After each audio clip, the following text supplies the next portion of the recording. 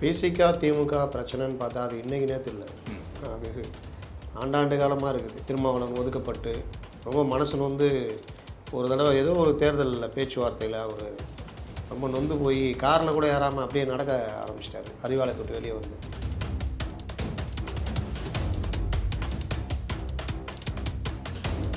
இதே திமுக ஆட்சிக்கு வராமல் போனதுக்கு முதல் காரணம், முக்கிய காரணம் திருமாவளவன் தான். சரி, வெறுமனே இது ஏதோ மது ஒழிப்பு மாநாடு திமுகலேருந்து கூட்டணி கட்சி இந்திய கூட்டணிலேருந்து யாராவது கூப்பிட்டு நடத்துவாரா அப்படின்னு பார்த்தா டமால்னு ஒரு கூட்டத்துக்கு போட்டார். இல்லை அதிமுக யார் வேணால் கலந்துக்கலாம் அப்படின்னு. மறுநாள் என்னென்னா அதிமுக விஜயம் கலந்துக்கலாம் அப்படின்ட்டாங்க. மக்கள் நம்ம ஓட்டு போட்டுருவாங்க, திமுக நம்புது. அப்போ கூட்டணி கட்சிகளை மதிக்காத போக்குன்றது அது திருமாவளவனும் சரி, காங்கிரஸும் சரி, மற்றவங்களுக்கும் புரிய ஆரம்பிச்சிருக்கு. அப்போ இந்த மோதல் வெடிக்கிறதுக்கு முன்னாடி நம்ம இதை ஆரம்பிக்கலாம் அப்படின்னு தான் திருமாவளவன் இதை கையில் எடுத்துருக்காரு. கூட்டணி இல்லாமல் திமுக ஜெயிச்சதே கிடையாது. அதிமுக வேணால் ஜெயிச்சிருக்கு. விஜய் வந்து அவர் ஒரு குறிப்பிட்ட வாக்கு சதவீதத்தை பிரிக்கிறாரு, சீமான் பிரிக்கிறாரு, என்டிஏன்னு சொல்லிட்டு தனியாக இவங்க தனியாக பிரிக்கிறாங்க. இந்த சைடு எல்லாரும் போய் அந்த சைடில் ஏடிஎம் கூட நிற்கிறாங்கன்னா டிஎம்கே வந்து ரொம்ப கஷ்டப்படும். அப்படி இல்லை இந்த கூட்டணியை தக்க வச்சுக்கிட்டாங்கன்னா திமுக கூட்டணி தான் ஜெயிக்கும். அது புரியாமல் 200 சீட் நிற்போம், நாங்கள் தான் எல்லாம்னா நம்ம ஒன்றும் சொல்கிறதுக்கு இல்லை அப்படின்றது காங்கிரஸே பயப்படுது. தலைமை என்ன முடிவு எடுக்குதோ அதை கேட்டுட்டு நாங்கள் வந்து சொல்லுவோன்றது செல்வ பெருந்தகை. இந்த மாதிரி மாநாட்டை பார்க்குறதுக்கு கலந்துக்கிறத பற்றி பதில் சொல்கிறதுக்கே பயப்படுறாங்கன்னா ஏதோ இருக்குது, உள்ளக பிரச்சனை இருக்குது. இப்போ மாநாட்டுக்கு ஒரு அறிக்கை, என் மாநாட்டுக்கு இடர்களை கொடுக்குறீங்க, அந்த மாதிரி தான் நாங்கள் சந்திப்போம், எதையும் சந்திப்போம் அப்படின்னு இருந்தால் என்ன ஆயிருக்கும்? 10, 100, 1000 பேர் பேச ஆரம்பிச்சிருப்பான். இவங்க எப்பவுமே இப்படி தான்யா, எம்ஜிஆருக்கு பண்ணாங்கய்யா, இப்போ பாரு விஜய்க்கு பண்ணுறாங்கன்னு கம்பேர் பண்ணி பேச ஆரம்பிப்போம். போல்டாக இருக்கணும், போல்டாக பேசணும், இல்லாட்டி இன்னொரு கமல்ஹாசன் ஆகிடும். பத்திரிகையாளரில் ரொம்ப பேர் விஜயை வந்து இப்போ வரைக்கும் யாரும் ஏற்றுக்கல, ஆதரிக்கலை, டிஸ்கரேஜ் பண்ணுறாங்க. இதெல்லாம் வந்துடுவாரா, என்ன கொள்கை? இப்போ நீங்கள் இறங்கி அடிக்க ஆரம்பிச்சிங்கன்னா இது எல்லாமே எல்லா வாய்களும் மூடப்படும். முதலமைச்சர் ஆகணுன்ற கனவோடு வர்றீங்கன்னா அதை எல்லாத்தையும் தாங்கி ஆகணும், அடித்து நகர்த்தணும்.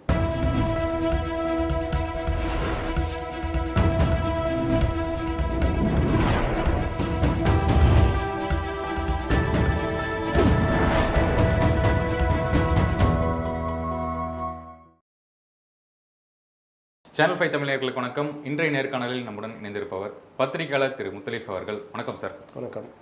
விசிகாவுடைய மது ஒழிப்பு மாநாடு, இந்த மாநாடு தான் இப்போ பரபரப்பாக போய்கிட்டு இருக்கு. கூட்டணியில் இருந்துகிட்டே அவங்களை எதிர்க்கிறாங்க அப்படிங்கிற விஷயங்களும் வருது. இன்னொரு பக்கம் பார்க்கும்போது கூட்டணி கூடயே வந்து ஒரு பிரச்சனை இருக்குது, அதனால தான் வெளியே வந்து ஒரு மாநாடு பண்ணுறாரு, அதிமுகவும் அழைக்கிறாரு, தாவேக்கு அழைக்கிறாரு அப்படின்னு ஒரு கருத்துக்களும் வருது. என்ன ஒரு உள்ளே வந்து என்ன பிரச்சனைகள் சார் போயிட்டுருக்கு விசிகா திமுக? பேசிக்கா திமுக பிரச்சனைன்னு பார்த்தா அது இன்றைக்கி நேற்று இல்லை.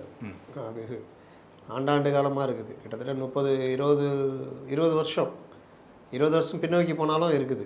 கூட்டணிகளில் பிரச்சனையாகி திருமாவளவன் ஒதுக்கப்பட்டு ரொம்ப மனசு நொந்து ஒரு தடவை ஏதோ ஒரு தேர்தலில் பேச்சுவார்த்தையில் அவர் ரொம்ப நொந்து போய் காரில் கூட ஏறாமல் அப்படியே நடக்க ஆரம்பிச்சிட்டாரு, அறிவாலயத்தை விட்டு வெளியே வந்து. அப்புறம் எல்லாரும் பார்த்துட்டே திரும்ப போகிறாரா அப்படின்னு ஒன்று பண்ண, அப்புறமா கார் வர வச்சு போனேன். வரலாறுலாம் உண்டு. ஏன்னா அவர் வந்து ஒரு மிகப்பெரிய தலைவர். எனக்கு தெரிஞ்சு இன்றைக்கி இருக்கிற தலைவர்களில் ரொம்ப டெப்த்தான, ரொம்ப விஷயம் பேசக்கூடிய, அதே நேரத்தில் ப்ரெஸ்ஸை மெயின்டைன் பண்ணக்கூடிய, ஒரு பொறுமை மிகுந்த, யார் இருந்தாலும் மதிக்கக்கூடிய ஒரு அற்புதமான தலைவர்னால் அது திருமாவளவன் சொல்லலாம். பல அவமானங்களை சந்திச்சுலாம் வந்திருக்காரு. அவர் மேலே என்னுடைய விமர்சனம் என்னென்னா, ஒரு ராம்விலாஸ் பாஸ்வான் மாதிரி ஒரு இந்த தலித்து பெரிய லீடர்ஷிப்பாக தனியாக அவர் ஒரு ஓட்டர் பேங்கை வச்சுக்கிட்டு ஒரு ஆளுமை மிகுந்த இதுவாக மாறாமல் திரும்ப திரும்ப திமுக அதிமுகன்னு போய் அதில் சிக்கிக்கிட்டார் அப்படின்னு அவருக்கும் அந்த எண்ணம் இருக்குது. அதனால தான் அடிக்கடி அந்த விஷயம் வெளிப்படும். ஏதாவது ஒரு விஷயத்தில் அவர் பேசிடுவார். சனாதனம் பற்றி அவர் எவ்வளோ பேசியிருக்காரு, எங்கேயுமே சர்ச்சைக்கு ஆளானதில்லை. ஏன்னா என்ன சப்ஜெக்டாக அதை பேசுவார்.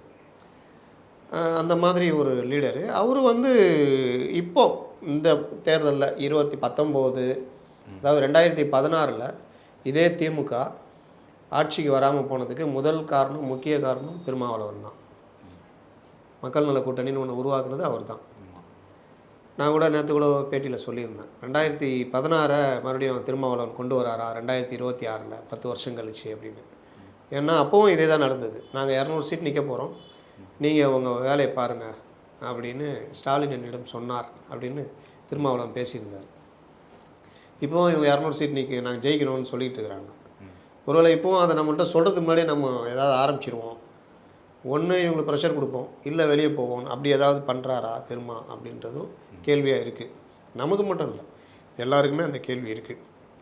வெறுமனே இது வந்து மது ஒழிப்பு மாநாடு இல்லைங்க, நல்ல நோக்கத்துக்கு தான் பண்ணுறாரு அப்படின்னா ஏன் 21 அதுக்கப்புறம் பண்ணலை? 21, 22, 23 பண்ணாமல் 24 இறுதியில் இந்த மாநாட்டை ஏன் நடத்துகிறார் அப்படின்ற கேள்வி எல்லோரும் முன்னாடி இருக்குது. அப்போது ஏதோ ஒரு காரணத்தோட 25 நெருக்கத்துலேயே எல்லாம் ஆரம்பிச்சிடும், 26 எலெக்ஷனு. அப்போ அதுக்கான ஒரு ப்ரெஷரை கொடுக்கறதுக்கான வேலையை திருமாவளவன் பண்ணுகிறாரான்னு. சரி, வெறுமனே இது ஏதோ மது ஒழிப்பு மாநாடு திமுகலேருந்து கூட்டணி கட்சி இந்தி கூட்டணிலேருந்து யாராவது கூப்பிட்டு நடத்துவாரா அப்படின்னு பார்த்தா டமால்னு ஒரு கூட்டத்துக்கு போட்டார். இல்லை அதிமுக யார் வேணால் கலந்துக்கலாம் அப்படின்னு. மறுநாள் என்னென்னா அதிமுகன்ற விஜயம் கலந்துக்கலாம் அப்படின்ட்டாப்புல. அப்போது கலந்துக்கலாம்னு சொல்கிறது வேறு, ஆனாலும் அந்த வார்த்தை வந்து நாங்கள் ஓகே எங்களுக்கு அப்படின்னு சொல்கிறதே வந்து திமுக வந்து அதை ரசிக்காது.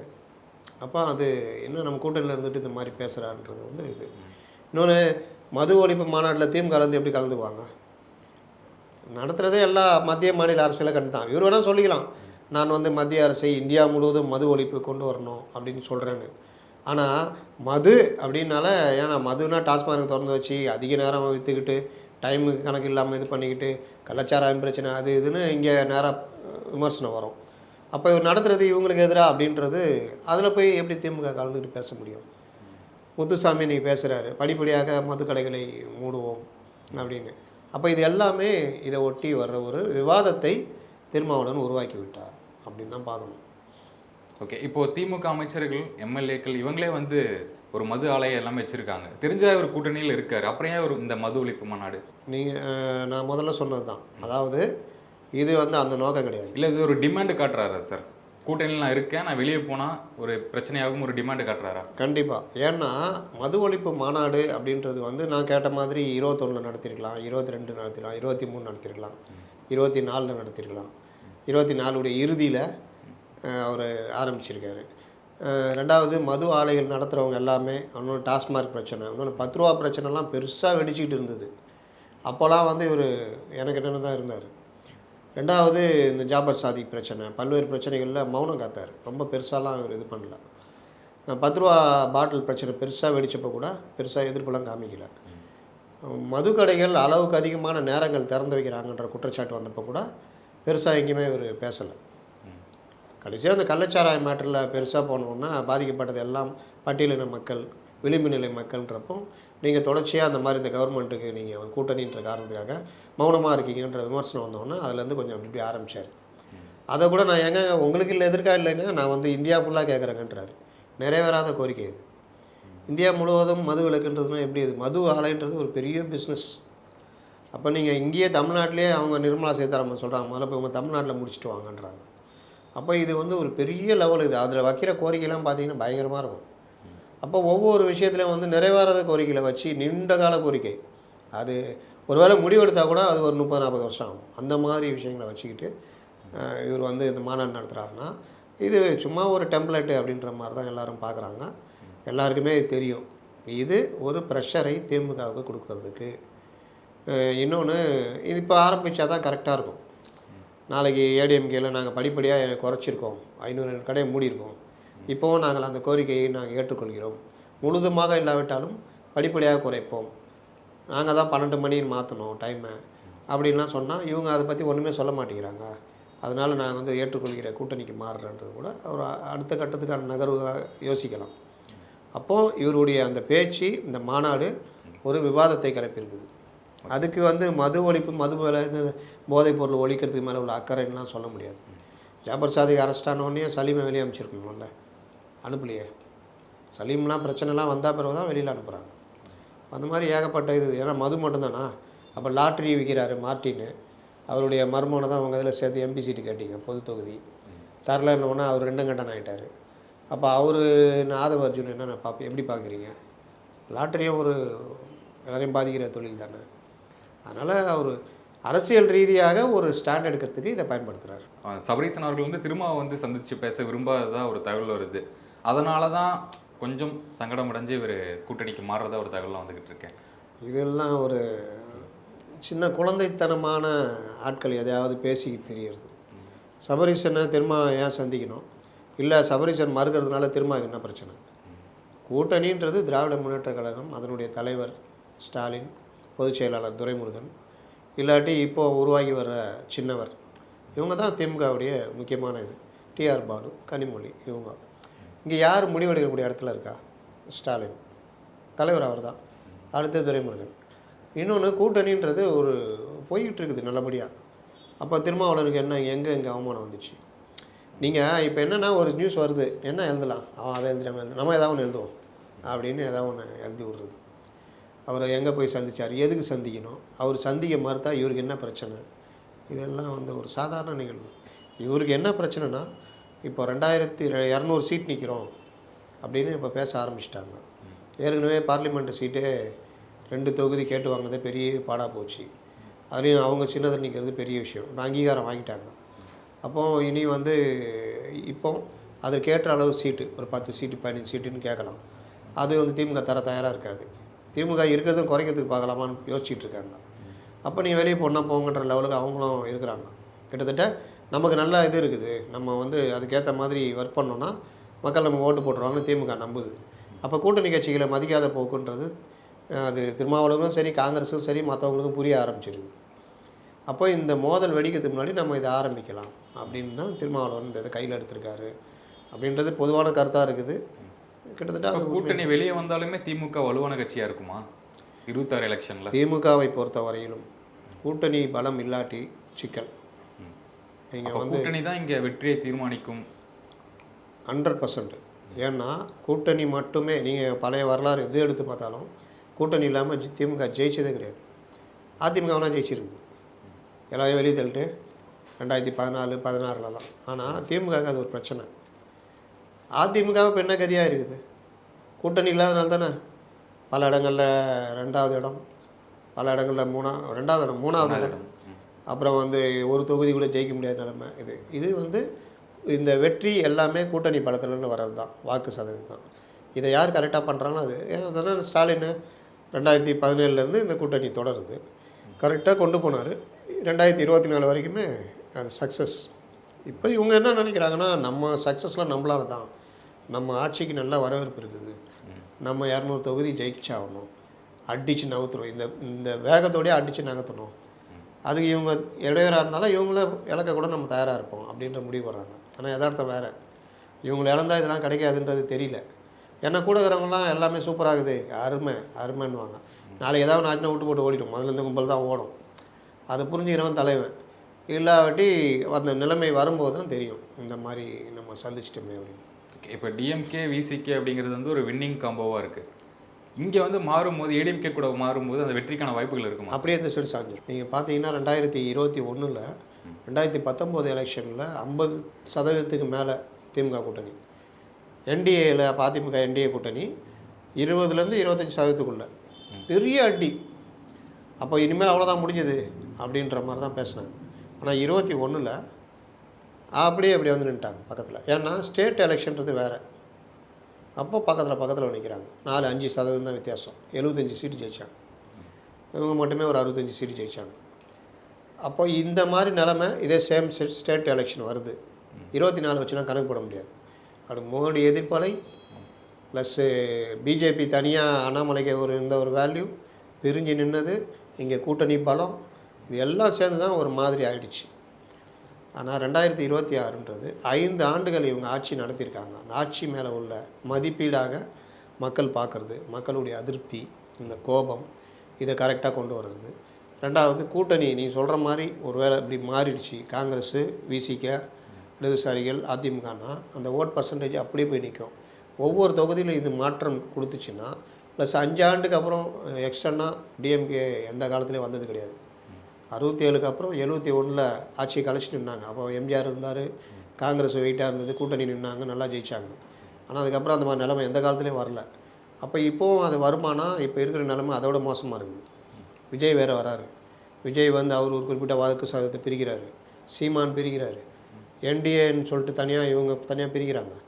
இந்த சைடு எல்லாரும் போய் அந்த சைடில் ஏடிஎம் கூட நிற்கிறாங்கன்னா டிஎம்கே வந்து ரொம்ப கஷ்டப்படணும், ரொம்ப பெரிய அளவுக்கு இழப்பீடு சந்திப்பாங்க. அப்படி இல்லை இந்த கூட்டணி தக்க வச்சுக்கிட்டாங்கன்னா திமுக கூட்டணி தான் ஜெயிக்கும். ஏன்னா சிங்கிள் லார்ஜஸ்ட்டு அணியாக அது இருக்கும். மற்றவங்க பிரிஞ்சு தக்க வச்சுக்கிட்டா அது புரியாமல் 200 சீட் நிற்போம் நாங்கள் தான் எல்லாம்னா நம்ம ஒன்றும் சொல்கிறதுக்கு இல்லை. இதுதான் கலை யதார்த்தம். திருமாவர்கள் சொல்லியிருந்தாரு, இந்த கூட்டணி பற்றிலாம் எனக்கு கவலை இல்லை, பிரிஞ்சாலும் பரவாயில்ல அப்படிங்கிற மாதிரி சொல்லியிருக்காரு.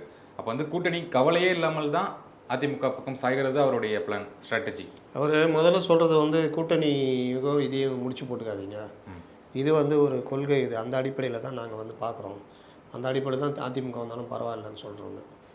அப்படிலாம் சொன்னால் அப்போ இதுக்கு முன்னாடி நடந்த விஷயங்கள் பல்வேறு இதில் வந்து இவர் எந்த அளவுக்கு அதிமுகவை துணை கூப்பிட்டுக்கிட்டாரு பண்ணாருன்றதெல்லாம் இருக்குது. நான் சொன்ன மாதிரி இதை ஒரு இதுவாக பயன்படுத்துகிறாரு, அதுக்கான மாற்றத்தை கொண்டு வரணும்னு நினைக்கிறாரு. கூட்டணி ஒரு வேளை முறிஞ்சாலும் அதை பற்றி கவலைப்படாமல் இருக்கிறது தானே இந்த ஏற்பாடுகள் எல்லாமே. அதனால் இப்போ முதல்வர் வரப்போகிறாரு சென்னைக்கு, அமெரிக்காலேருந்து புறப்பட்டு வந்துட்டுருக்காரு. வந்தால் பிறகு மற்ற விஷயங்கள் இருக்குது. ஆனால் இது வந்து நீண்ட கால ஒரு இது தான். திமுகலேருந்து கலந்துக்கிறாங்களா இல்லையா, யார் யார் கருத்து என்னென்ன கருத்து சொல்ல போகிறாங்க. இப்போ மௌனமாக இருக்காங்க. இப்போ சிஎம் வந்தோடனே பேசிவிட்டு என்ன பதில் சொல்லலான் இருக்கும், யாரும் இன்னும் அந்த சைடு போய் கேட்கல. இந்த மாதிரி விஷயங்கள்லாம் இருக்குது. அதனால் கண்டிப்பாக இது திமுக வந்து இதை ரசிக்காது. இது திமுக கூட்டணிக்குள்ளே ஒரு சலசலப்பை ஏற்படுத்தும். ஓகே, இப்போ தாவேக்கா அவர்களையும் அழைச்சிருக்காங்க, அவங்க கலந்துக்கிறதுக்கான வாய்ப்புகள் இருக்குமா? நீங்கள் காங்கிரஸே கூப்பிட்றாரு அப்படின்றத காங்கிரஸே பயப்படுது. நாங்கள் எங்கள் தலைமை என்ன முடிவு எடுக்குதோ அதை கேட்டுட்டு நாங்கள் வந்து சொல்லுவோன்றாரு செல்வ பெருந்தகை. ஏன் உங்கள் கூட்டணியில் இருக்கிற கட்சி அவங்க தான் கேட்குறாங்க, கூப்பிட்றாங்க, மாநாடு போடுறாங்க, என்ன பிரச்சனை உங்களுக்கு கலந்துக்கிறதுல? அப்போ இந்த மாதிரி ஆளுங்கட்சியை எதிர்க்கிறாங்க, ஆளுங்கட்சியை எதிர்க்கிறாங்க. எங்கே எதிர்க்கிறாங்க? அவர் அதிமுக கூப்பிட்டார் அவ்வளோதான், மற்றபடி அவருக்கு அழைப்பு எடுத்துருக்கோன்னா சொல்ல கலந்துக்கலான்றாரு. இல்லை, நான் சொல்ல வர்றது வந்து இந்த மாதிரி மாநாட்டை பார்க்குறதுக்கு கலந்துக்கிறத பற்றி பதில் சொல்கிறதுக்கே பயப்படுறாங்கன்னா ஏதோ இருக்குது, உள்ள பிரச்சனை இருக்குதுன்னு அர்த்தம். அப்போ தாவாக்கா வந்து இதில் எப்படி கலந்துக்குமா அப்படின்றது வந்து சொல்ல முடியாது. ஏன்னா ஒன்று அவங்க மாநாடு மற்ற பிரச்சனைகள்லாம் இருக்குது. இவங்க அழைப்பிதழ் கொடுப்பாங்களா அப்படின்லாம் இருக்குது. இவங்க அழைப்பிதழ் கொடுப்பாங்களா, அதிமுகவே கொடுப்பாங்களா அப்படின்றதெல்லாம் தெரியல. அதனால் போக போக பார்க்கலாம். ஆனால் அந்த சுவாரஸ்யம் இதோடு நின்றாது, அடுத்தடுத்து தொடரும். ஓகே, இப்போ தாவேக்கா இந்த மாதம் இறுதியில் வந்து மாநாடு சொல்லியிருந்தாங்க, வேலைகள் எல்லாமே பண்ணிகிட்டு இருந்தாங்க, இறுதிக்கட்ட வேலைகள்லாம் வந்துட்டாங்க. இப்போ வந்து அந்த மாநாடு இந்த மாதம் இல்லை அடுத்த மாதம் நடக்க போகுது, அந்த மாதிரியான தகவலாம் வந்துட்டு இருக்கேன். எதனால் வந்து இப்போ தள்ளி போகுது, எப்போ நடக்க போகுது இந்த மாநாடு? ஒரு மாநாடு நடத்துறதுன்றது சாதாரண விஷயம் இல்லை. மாநாட்டுக்கு பர்மிஷன் வாங்கணும். அதுவும் ஆளுங்கட்சி இருக்கும் பொழுது அதுக்கு எதிர்ப்பாக ஒருத்தர் உருவாகிட்டு வராரு, நாளைக்கு நமக்கு ஒரு அச்சுறுத்தலாக அவர் மாறுவார் அப்படின்றப்போ அது ஆளுங்கட்சி ரசிக்காது. அப்போ அது தொல்லைலாம் கொடுப்பாங்க, அது நடக்குது, அதை தான் நம்ம பார்க்குறோம். இந்த பிரச்சனை வரும்பொழுது இவர் பர்மிஷன் கேட்கும் பொழுது இவருக்கு பல்வேறு இடையூறுகள் வந்ததுன்னா வந்தது. ஏன்னா திருச்சி, மதுரை, கோவை, சேலம் மெயின் சிட்டியில் எங்கேயுமே நடத்த முடியலையே. அப்போ அங்கெல்லாம் பர்மிஷன் கிடைக்கலன்னு தானே அர்த்தம். இடம் கிடைக்கல. ப்ரைவேட் இடங்களில் போய் கேட்கும் பொழுது அவங்க பயந்தாங்க, அதனால் வேறு வழி இல்லாமல் வந்தாங்க. இந்த மாதிரிலாம் விக்கிரவாண்டியில் பேசி பர்மிஷன் கேட்குறாங்க. எல்லா பெரிய நிபந்தனைகள்லாம் கொடுத்து, வழக்கமான நிபந்தனைகள் தான். அதே ஆளுங்கட்சியாக இருந்தால் சார் இதில் ஒரு கையெழுத்து போட்டுருங்க, ஒரு ஃபார்மாலிட்டி அப்படின்ட்டு நீங்கள் பண்ணிங்க சார்ன்றுவாங்க. ஆனால் நடத்த போகிறது புதுசாக ஒருத்தர் கட்சி ஆரம்பிக்கிறார் வர்றாரு அப்படின்றப்போ இதெல்லாம் பண்ணுவியா? அதாவது எப்படின்னா, அந்த சிவாஜி படம் பார்த்தா அதில் ஒரு சீன் வரும். மெடிக்கல் காலேஜ் கட்டுறதுக்கு கேட்பார், சிஎஸ் வந்து என் பிஏவை பாருன்னுவார். பிஏ வந்து சரக்கோட வாங்கன்னுவார். வந்தவுடனே ஒரு 20-30 இது சொல்லுவார். அதுக்கு என்ஓசி வாங்கணும், அதுக்கு பண்ணணும், இது பண்ணணும், அது பண்ணணும், இது சைன் வாங்கணும், அது வாங்கணும் எல்லாம் இதாகும், எல்லாம் நான் பார்த்துக்கிறேன், ஒரு 4 கோடி ரூபா என்கிட்ட கொடுங்கன்னு வாப்பில். என்னது 4 கோடியா? நான் சேவை செய்ய வந்திருக்கேயா, போயா அப்படின்னு துரத்தி விட்ருவாங்க. சரக்கையும் பிடுங்குவாங்க. அது வந்து கன்சல்டிங் ஃபீஸ்ன்னு தீர்ந்து போடுவார் எம்எஸ் பாஸ்கர். அதுக்கு பிறகு இவங்க எங்கெங்கேயோ போவாங்க. எங்கே போனாலும் எல்லாருமே இது இல்லை சார், அது இல்லை சார்னு தலையில் கை வச்சுட்டு உட்காந்துருவாங்க. அதுக்கப்புறம் எம்எஸ் பாஸ்கரை வர வச்சு எல்லா அதிகாரிகளும் அப்புறமா நீங்கள் சொன்னபடி செய்கிறேன்ட்டு 4 கோடி ரூபா பிரித்து ஒவ்வொரு அதிகாரி இவ்வளோ கொடுன்னு எழுதிக்குவாங்க. அதுக்கப்புறம் சாங்ஷன் ஆகும். கிட்டத்தட்ட அந்த நிலமை தான். நீங்கள் டைரெக்டாக போனால் இந்த மாதிரி இல்லாத இதெல்லாம் கேட்டு இது பண்ணுவாங்க. நீங்கள் அப்போ இந்த மாதிரி ஒரு கட்சியாக உருவாகுறீங்க அப்படின்னா உங்களுக்கு பர்மிஷன் கொடுக்க அதை. ஏன்னா ராஜாவை மிஞ்சிய ராஜ விசுவாசிகள் தானே அதிகாரிகள். அப்போ அவங்க தலைவரை நாங்கள் அதை பண்ணிட்டோம் இது பண்ணிட்டோம் இவ்வளோ தொல்லை கொடுத்துட்டோம் இவ்வளோ இது பண்ணிட்டோன்னு. இது விஜய் நாளைக்கு முதலமைச்சராக இருந்து திமுக ஒன்றும் இல்லாமல் வந்து கேட்டாலும் அதுவும் நடக்கும். இது பொதுவான ஒரு விஷயம், இது எல்லா கட்சிக்குமே நடக்கிறது. திருமாவளவனே சொல்கிறாருல்ல, பர்மிஷன் கேட்டு கிடைக்காம கோர்ட்டில் போய் வாங்கின அனுபவம்லாம் இருக்குது. அவங்க புதுசாக வந்திருக்காங்க அதுன்னு. அப்போ இது எல்லாத்தையும் எதிர்பார்த்து தான் நடக்கணும். அவங்க என்னமோ அப்படி கேட்டோன்னே பர்மிஷன் கிடச்சிடும் நம்ம நடத்திடலாம்னு நினச்சிருந்துருக்காங்க. நடைமுறை அது இல்லைன்னு தெரிகிறப்போ நாள் கிட்ட இருக்குது. 10 நாள் 10-12 நாளில் என்ன பண்ண முடியும்? நீங்கள் பஸ்ஸு பிடிச்சி ஆளை இது பண்ணி கொண்டு வரதெல்லாம் சாதாரண விஷயம் இல்லை. அதனால் தள்ளி போடணுன்னு பேசுகிறாங்க. சரி, அடுத்த மாதம் பண்ணலான்னா குறுகிய காலத்துக்குள்ளே பண்ணணும். எல்லாத்தையும் வடகிழக்கு பருவமழை ஆரம்பிச்சிடும். ஆரம்பிச்சிச்சுன்னா அங்கே வேணா அடிக்காது, மற்ற மாவட்டங்கள்லாம் தென் மாவட்டங்கள்லாம் நல்லா வெளுத்து வாங்க ஆரம்பிச்சிடும். அப்போது அது ஒரு கஷ்டம். அப்போ டிசம்பர் 15 மேலே வச்சுக்கலாமா? நம்ம மழைலாம் முடிஞ்ச அப்புறம் ஒரு யோசனை இல்லை, ஒரேடியாக ஜனவரி 15 மேலே வச்சுக்கலாமா அப்படின்னு அப்படி யோசிச்சுக்கிட்டு இருக்கிறாங்க. என்னன்றதை இனிமேல் தான் சொல்லுவாங்க. ஓகே, இதுக்கு வந்து ஆளுங்கட்சி வந்து ஒரு இடையூறுலாம் பண்ணுறாங்க அப்படின்னு சொல்லியிருந்தாங்க. இப்போ தான் பர்மிஷன் கொடுத்துட்டாங்க, இடமும் கொடுத்துட்டாங்களா? இதுக்கு மேலே என்ன இடையூறு இருக்குது? இடையூறே இந்த பர்மிஷனை லேட் பண்ணி கொடுத்தது தான். கேட்டவொன்னே கொடுத்துருந்தா அவங்க அந்த டைமுக்கு எதாவது பண்ணியிருப்பாங்க. இந்த மாதிரிலாம் லேட்டு ஆகி நீங்கள் அங்கே வாங்க இங்கே வாங்கன்னு கூட்டாங்க பண்ணி இந்த லேட் பண்ணதே அவங்க ஒரு இடையூறு தானே. அதனால் இவங்களும் வந்து அதுக்கு முன் தயாரிப்பு இல்லை. ஏன்னா அது கிடைக்குமா கிடைக்காதோ அப்படின்னு சொல்லிட்டதுனால ஒரு யோசனை இருந்தாங்க. அதனால தள்ளி போயிடுச்சு மாநாடு. இப்போ இதுக்கப்புறம் இவங்க ஏற்பாடு பண்ணி வரணும். இடையூறுகள்ன்றது உங்களுக்கு நேரடியாக தெரியவே தெரியாது. நீங்கள் ஒரு பஸ்ஸு போய் புக் பண்ணுவீங்க, இவன் ஓகே சொல்லுவான். அடுத்து எங்கேயாவது வந்து ஒரு ஆர்டர் வரும், நீ அது மாநாட்டு பஸ் அனுப்புறியா அப்படின்னு. அவன் ஆர்டிஓ சந்திக்கணும், பல பிரச்சனைகள் அவன் பஸ் முதலாளிகள் இருக்கும். அப்போ அவங்க நாங்கள் அனுப்பலைங்க எதுங்க வம்புன்னுவாங்க. அப்போ அதை இது பண்ணி வேறு வேனுங்க புக் பண்ணணும், வேறு மாற்று ஏற்பாடு யோசிக்கணும். அந்த மாதிரி விஷயங்கள்லாம் இருக்குது. அதனால் மாநாடு நடத்துறதுன்றது அங்கேயே பர்மிஷனுக்கே ஒர்க் பண்ணுறதுக்கு வர்றவங்களே பெரிய பெரிய பிரச்சனைலாம் வரும். இது எல்லாம் மீறி தான் அவர் நிற்கணும். அப்படி நின்னா தான் அரசியல் நடத்த முடியும். எம்ஜிஆர்லாம் அப்படியே வந்துட்டு தங்கத்தட்டில் வச்சா கொடுத்தாங்க எம்ஜிஆருக்கு. திமுகலேருந்து வந்தாலும் ஒவ்வொரு மாவட்ட செயலாளர் கூட துட்டு கொடுத்து கூப்பிட்ற நிலமெல்லாம் நடந்தது. அப்படியே கொள்கையோட எம்ஜிஆர் கூட வந்த கூட்டம் வந்தெல்லாம் அது ஒரு பார்ட்டு. கொஞ்சம் பேர் இப்படிலாம் கொண்டு வந்தார் எம்ஜிஆர். அதுக்கப்புறம் அந்த தேர்தல், அந்த திண்டுக்கல் எம்பி இடைத்தேர்தல் நடந்தது. அதில் ரொம்ப கஷ்டப்பட்டு ஜெயித்தாங்க. அதுக்கப்புறம் தான் அவங்களுக்கு கொஞ்சம் நல்ல தலை நிமிர முடிஞ்சது. எம்ஜிஆர் படம் வரத்துக்கு பிரச்சனை, ஏகப்பட்ட பிரச்சனை வந்தது. உலகம் சுற்றும் வாலிபன்லாம் பேனர்கின்னெல்லாம் வைக்கவே முடியல. அப்போ அந்த மாதிரி இதெல்லாம் சந்தித்து தான் எம்ஜிஆர் வந்தார். எல்லோரும் தான், கலைஞரும் அப்படி தான் சந்தித்து வந்திருப்பார். எல்லோரும் வந்திருக்காங்க. அதனால் இந்த இலக்குகளை மீறி இடர்களை மீறி வர்றவன் தான் தலைவன். ஓகே, இப்போ விஜயுடைய கடைசி 2 படங்கள் தான். இந்த படம் வந்து எந்த பிரச்சனையும் இல்லாமல் ஸ்மூத்தாக ரிலீஸ் ஆகிருக்கு. அடுத்த படத்துக்கு வந்து பிரச்சனைகள் தருவாங்களா? எந்த பிரச்சனையும் இல்லாமல் ஸ்மூத்தாக ரிலீஸ் ஆகிருக்கா? ரோட்டில் பைக்கை நிறுத்திட்டு போயிட்டாங்க, போய் கேஸ்லாம் போட்டாங்க, ஞாபகம் இருக்கா? இது முன்னாடி நடந்திருக்கு? நடந்தது இல்லை. படம் அட்டர் ஃப்ளாப்பு, ஒன்றுமே இல்லை, தண்டகர்மாந்திரம்னு இதுக்கு முன்னாடி இல்லாத அளவுக்கு சமூக வலைதளங்களில் போகிற வரவெல்லாம் இந்த சினிமா இன்ஃப்ளூயன்சர் இருப்பானே.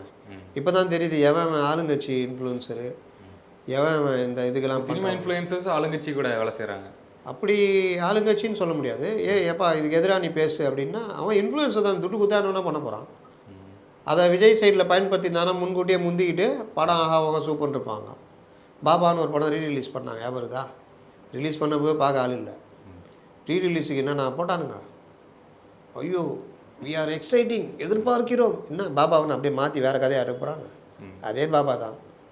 ஐயோயோ என் வாழ்க்கையில் நான் காத்துக்கிட்டு இருக்கேன் துடிக்கிறேன்லாம் போட்டானுங்கள்ல, அவன் போய் படமாக பார்த்துருப்பான். துட்டை வாங்கிட்டு ட்விட்டரில் போட்டு போயிட்டான் இன்ஃப்ளூயன்சர். அதே மாதிரி ஆட்கள் இறங்கி அடித்தாங்க, ஒன்றுமே இல்லை படத்தில். மற்ற படங்கள் மட்டும் நல்லா அப்படியே பயங்கரமாக நாட்டுக்கு நல்ல விதமான கருத்துக்கள், சமூக கருத்துக்களோட வந்துச்சு. எல்லாம் கமர்ஷியல் தான். பீஸ்டோ, லியோவோ, இல்லை துணிவோ, வாரிசோ, இல்லை ஜெயிலரோ, இல்லை விக்ரமோ, இதிலெல்லாம் ஏதாவது சமூக கருத்துக்கள் இருக்குது? சமூகத்தை சீரழிக்கிற கருத்துக்கள் ஒன்றா இருக்கும். ஹீரோவே போதை மருந்து வைப்பார். அப்போ அந்த மாதிரிலாம் எடுக்கிறதுனா அதில் என்னத்தை போய் நீ பார்க்குற? இது எல்லாத்துலேயும் இல்லாதது இதில் என்னத்தை பெருசாக வரணும்னு எதிர்பார்க்குறீங்க? லியோவில் வந்து அப்படியே நாட்டுக்கு சமூகத்துக்கு கருத்தாக சொல்லியிருந்தார். அது ஒரு கமர்ஷியல் படம், ஓடிச்சு இல்லை? பீஸ்டில் ஆரம்பத்தில் எல்லாம் சூப்பர் ஆகா ஓகனாங்களா, அதுக்கப்புறம் தான் கிண்டல் அடிக்க ஆரம்பித்தாங்க, விமானத்தை எடுத்துகிட்டு போகிறாரு அது இதுன்னு. ஆனால் படம் ஓடிச்சு இல்லை? யாராவது வாய் திறந்தானா இன்ஃப்ளூயன்சரு? இது மாதிரி என் வாழ்க்கையிலே பார்க்கல, என் ஜென்மமே சாபல்யம் அடைந்ததெல்லாம் போட்டுருந்தானுங்க. படம் போய் பார்த்தா தான் தெரிஞ்சுது, என்னடா தலைவர் இங்கேருந்து வண்டி எடுத்துகிட்டு போயிட்டு கார் எடுத்துகிட்டு போய் பார்க் பண்ணுற மாதிரி பாகிஸ்தானில் ஃப்ளைட்டை கொண்டு போய் பார்க் பண்ணுறாரு. அப்போது இந்த மாதிரி விஷயங்கள் எல்லாமே எல்லா காலத்துலையும் எல்லா டைரக்டரும் எல்லா இதிலும் எடுத்துகிட்டு தான் இருக்காங்க. கைதின்னு ஒரு படம் வந்துச்சு. சிட்டிக்குள்ளே கமிஷன் ஆஃபீஸ் இருக்கும். அது பார்த்தா ஒரு ரைட்டர் உட்காந்துருப்பார் கமிஷன் ஆஃபீஸில். டிடி கேஸை பிடிச்சிட்டு போவாங்க அங்கே கமிஷன் ஆஃபீஸுக்கு. இந்த மாதிரி கூத்துலாம் நடக்கும் அந்த படத்தில் பார்த்தீங்கன்னா. அவரும் மிகப்பெரிய டைரக்டர் எடுத்தவர். அப்போது இந்த மாதிரி விஷயங்கள்லாம் மக்கள் வந்து சாதாரணமாக தான் பார்க்குறாங்க. அப்புறம் என்ன இந்த படத்துக்கு மட்டும் அவ்வளோ வருது? பாத்தியா விஜயகாந்த் அந்த படத்தையே மறுபடியும் எடுத்து விட்டார்கள். பாத்தியா அதில் உள்ள சீனையே இது வச்சு தான் செய்வான். அதில் இருக்கிற மியூசிக்கே இதில் அடிக்கிறான். அவன் மியூசிக்கை அவன் திருடி அடிக்கிறான். அவங்க கதையை அவன் திருடி போடுறான். அப்படிலாம் வரலையா படங்கள்? ஆனால் இதுக்கு மட்டும் ஐயோயோ யாரும் பார்த்துடாதீங்க அட்டர் ஃப்ளாப்பு. கடைசியில் இது வென்றது. இவங்களால அந்த அளவுக்கு தாக்கு பிடிக்க முடியல. அப்போ அந்த வசூல் பாதிப்புன்றது அவருக்கு இந்த படத்தில் வந்திருக்கு. அப்போ அவர் 2வது படம் இறுதி படம் அவர் முடிவெடுத்த படத்தில் ஹெச் வினோத் அவர் ஒரு மிகப்பெரிய டைரக்டரு. அந்த அஜித்தை வச்சு ஒரு படம், என்ன படம், நோனா நோன்னு வரும், நேர்கொண்ட பார்வை. அந்த மாதிரி பல படங்கள் அவருடைய முத்திரையை பதித்த படங்கள் எடுத்தவர். விஜய்க்கு உண்மையிலேயே ஒரு நல்ல கதையை வச்சு, எந்த கதையும் எடுத்து போடாமல் ஒரு சொந்த கதையை வச்சு ஒரு நல்ல ஒரு மெசேஜ் கொடுக்குற மாதிரி. ஏன்னா பொலிட்டிக்கல் அரசியலுக்கு வராரு. அப்போ நான் வந்தால் இதெல்லாம் பண்ணுவேன்னு ஒரு மெசேஜாக அந்த படத்தில் சில அரசுக்கு எதிரான விஷயங்களை கண்டிப்பதாக தைரியமாக கண்டிக்கணும். அப்போ தான் வர முடியும். அப்போ ரிலீஸ் பண்ண விடுவாங்களா அந்த படத்தை? விட்றாங்க விடல, அது நான் இது சமூக வலைதள காலம். என்ன வேணால் பண்ணி ஆட்சி நவுத்திடலாம்.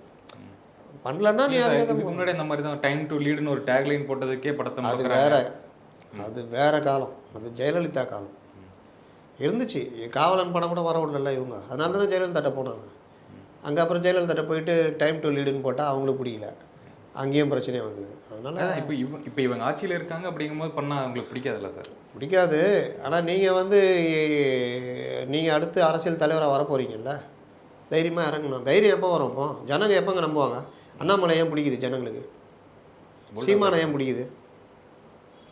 போல்டாக அடிக்கிறதுனால டே டு டே இன்றைக்கி என்ன சப்ஜெக்டோ அதை இறங்கி தப்போ ரைட்டோ, தப்பை ரசிக்கிறதுக்கு தப்புன்னு சொல்கிறதுக்கு 10 பேர் இருப்பான். ஒரு 50 பேர் அந்த சைட்லேருந்து ஆதரவாளர்கள், சாய்ப்பவர்கள் சாயாதவர்கள் எல்லாம் அடிப்பாங்க. இந்த சைடு இவருடைய ஆதரவாளர்கள் அடிப்பாங்க. பொது ஆதரவு பார்ப்பாங்க. கேட்டது நல்லா தானே கேட்குறாரு, கரெக்டாக தானே கேட்குறாரு அப்படின்னுவான். அண்ணாமலைக்கும் இந்த இது உண்டு. அண்ணாமலைக்கு அறிவே இல்லை, அண்ணாமலை ஒன்றுமே லாய்க்கலைன்னு ஒரு பக்கம் பேசுவாங்க. அவரை விட யார் கேட்குறா, அருமையாக கேட்குறாருன்னுவாங்க. பொதுமக்கள் பார்க்கும்போது கவர்மெண்ட்டை எடுத்து நல்லா கேட்குறாருப்பா அப்படின்னு. யங்ஸ்டர்ஸ் பார்க்கும்போது இவங்க எல்லாமே எப்போவுமே இப்படி தான், இவர் ஒரு ஆள் தான் கரெக்டாக கேட்குறாரு. வருதா? அந்த எண்ணம் வரணுன்னா போல்டாக அடிக்கணும், இடர்களை சந்திக்கணும். அந்த வேலையை அவர் பண்ண ஆரம்பித்தாதான். இப்போ மாநாட்டுக்கு ஒரு அறிக்கை, மாநாட்டுக்கு இடர்களை கொடுக்குறீங்க, இந்த மாதிரி தான் ஆகுது, நாங்கள் சந்திப்போம், எதையும் சந்திப்போம் அப்படின்னு இருந்தால் என்ன ஆயிருக்கும்? 10, 100, 1000 பேர் பேச ஆரம்பிச்சிருப்பான். இவங்க எப்போவுமே இப்படி தான்யா, எம்ஜிஆருக்கு பண்ணாங்கய்யா, இப்போ பாரு விஜய்க்கு பண்ணுறாங்கன்னு கம்பேர் பண்ணி பேச ஆரம்பிப்பான். நீ ஏன் மௌனமாக இருக்கீங்க? அதுதான் பிரச்சனை. நீங்கள் வர்றன்னு முடிவு பண்ணிட்டீங்கல்ல.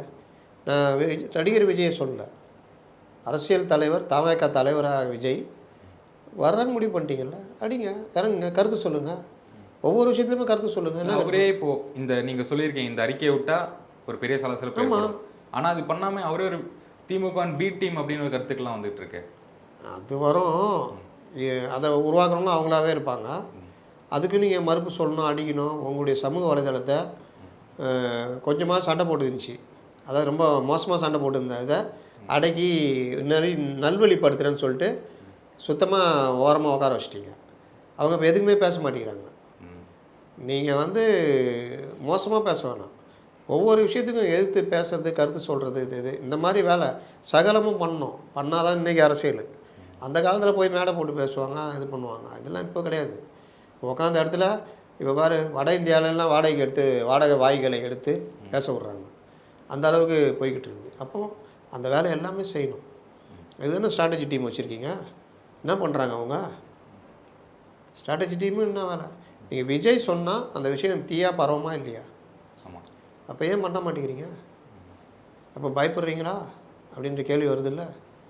அப்போ சொல்லுவாங்க, அவர் பாரு எதுவுமே கேட்க மாட்டேங்கிறாரு, விநாயகர் சதுர்த்திக்கு வாழ்த்து சொல்லியா, இவர் வந்து டிஎம்கே பி டீம் அப்படின்னு. இன்னொரு பக்கம் இது பண்ணுறாங்க, இவர் பிஜேபி டீமு அப்படின்வாங்க. இன்னும் எதுவும் பண்ணல, ஒரு அதிமுக டீம்னுவாங்க. நீங்கள் நான் தான்பா, நான் மக்கள் பிரச்சனை கேட்பேன், அடிப்பேன், யாராக இருந்தாலும் அடிப்பேன்னா மதிப்பாங்க, ஜனங்க ஏற்றுக்கும். இல்லாட்டி ஜனங்க நம்பாது. சினிமா புகழ் வந்து ஒரு வரத்துக்கு தான். அதுக்கப்புறம் நீங்கள் என்ன செய்யப்படுன்னு தான் ஜனங்க பார்க்கும். கமலஹாசன் என்ன சினிமா புகழில் தான் வந்தார், மக்கள் நீதி மையம் ஓடினாங்க, எல்இடி ஸ்க்ரீன்லாம் போட்டு பேசினார், சப்புன்னு பேசினார், ஒன்றுமே இல்லை. எப்போவுமே அவர் அப்படி தான் பேசுவார். அரசியல் வந்த பிறகு அக்ரெசிவாக இருக்கணும், அப்படியே இங்கேன்னாரு, இப்போ ஓரம் போன்ட்டாங்க, முடிஞ்சிச்சா கதை. நல்ல பர்சன்டேஜ் போல்டாக இருக்கணும், போல்டாக பேசணும், இல்லாட்டி இன்னொரு கமலஹாசன் ஆகிடுவார். அதனால் டைட்டில் போட்டுங்க. இப்போ விஜய் அவர்கள் வந்து போல்டாக இருக்கணும்னு சொல்லியிருக்கீங்க, வேறு என்ன தான் செய்யணும் ஆக்டிவ் பாலிடிக்ஸ்குள்ளே வரக்கு? அதாவது நம்ம அவரை டிஸ்கரேஜ் பண்ணுறதுக்காக நம்ம சொல்லலை. பாலிடிக்ஸ்னு வந்துட்டீங்க, ஒரு தைரியமான ஒரு தலைவனை தான் மக்கள் எப்போவுமே ஏற்றுக்குவாங்க. இளைஞர்கள் குறிப்பாக அவங்க கூட இருக்கிற அந்த யங்ஸ்டர்ஸும் எதிர்பார்ப்பாங்க. அப்போ நீங்கள் வந்து விகரஸாக டே டு டே ஆக்டிவிட்டீஸில் வேகமாக இறங்கி கருத்துக்களை மக்களை பாதிக்கிற விஷயங்களில் அவங்க கருத்து சொல்கிறது, அரசியல் கட்சியை நகர்த்துறது தான் அடுத்த கட்டத்துக்கு கொண்டு போகும். ஏன்னா விஜய் வந்து ஏதோ ஒரு கட்சி கூட கூட்டணி வச்சுக்கிட்டு ஒரு 5 எம்எல்ஏ 10 எம்எல்ஏ வாங்கணுன்ற எண்ணத்தில் வரல. இப்போது நான் சொல்கிறேன், பத்திரிகையாளரில் ரொம்ப பேர் விஜயை வந்து இப்போ வரைக்கும் யாரும் ஏற்றுக்கலை, ஆதரிக்கலை, டிஸ்கரேஜ் பண்ணுறாங்க. இதெல்லாம் வந்துடுவாரா, என்ன கொள்கை, அப்போ மற்றவங்கள்ட்ட போய் கேள கொள்கைன்னு சொல்லிக்கிதே அந்த கொள்கையிலே நிற்கிறானான்னு கேள, யார்ட்டுமே இருக்காது. அப்போ இவர்கிட்ட மட்டும் கொள்கையை கேட்குறது, அதுக்கு இந்த மாதிரி ஆதரவுன்னு பார்த்தா ரொம்ப கம்மி விஜய்க்கு. அப்போ நீங்கள் இறங்கி அடிக்க ஆரம்பிச்சிங்கன்னா இது எல்லாமே எல்லா வாய்களும் மூடப்படும்.